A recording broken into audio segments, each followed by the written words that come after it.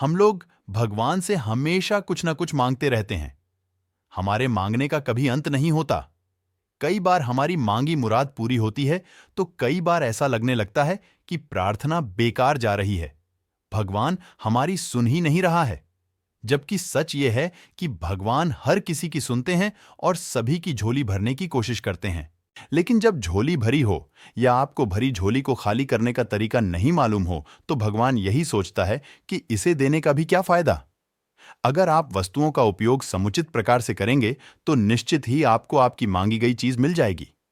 लेकिन अगर आप उपयोग करना ही नहीं जानेंगे तो वस्तु लेकर करेंगे क्या। इस संदर्भ में एक रोचक कथा है। भगवान बुद्ध के एक शिष्य ने कहा, प्रभु, मुझे आपसे एक निवेदन करना है। बुद्ध ने उसकी ओर देखा, जैसे कह रहे हों कि पूछो। शिष्य ने कहा कि मेरे वस्त्र पुराने हो चुके हैं, अब ये पहनने लायक नहीं रहे, मुझे नए वस्त्र चाहिए। बुद्ध ने शिष्य के वस्त्रों की ओर देखा। वस्त्र सचमुच बिल्कुल जीर्ण हो चुके थे।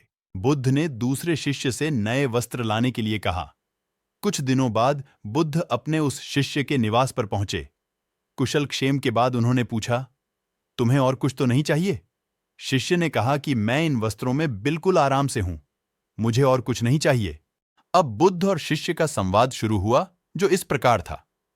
बुद्ध, अब जबकि तुम्हारे पास नए वस्त्र हैं तो तुमने पुराने वस्त्रों का क्या किया? शिष्य, मैं अब उसे ओढ़ता हूं। बुद्ध, ओढ़ने के पुराने वस्त्रों का क्या किया?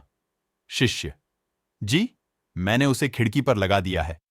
बुद्ध, तो क्या तुमने पुराने पर्दे फेंक दिए?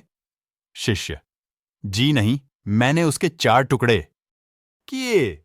रसोई में उनका इस्तेमाल चूल्हे पर से गर्म पतीलों को उतारने के लिए करता हूं। बुद्ध, तो फिर रसोई के पुराने कपड़ों का क्या किया? शिष्य, अब मैं उन्हें रसोई साफ करने के लिए प्रयोग करूंगा। बुद्ध, तो रसोई के पुराने वस्त्रों का क्या किया? शिष्य, प्रभु, वह अब इतना तार तार हो चुका था कि उसका कुछ नहीं किया जा सकता था। मैंने उसका एक एक धागा अलग करके बातियां तैयार कर लीं। उन्हीं में एक से कल रात आपके कक्ष को प्रकाशित था। बुद्ध शिष्य के इन उत्तरों से संतुष्ट हो गए। वे प्रसन्न थे कि उनका शिष्य वस्तुओं को बर्बाद नहीं करता और उसमें समझ है कि उनका उपयोग किस तरह से किया जा सकता है।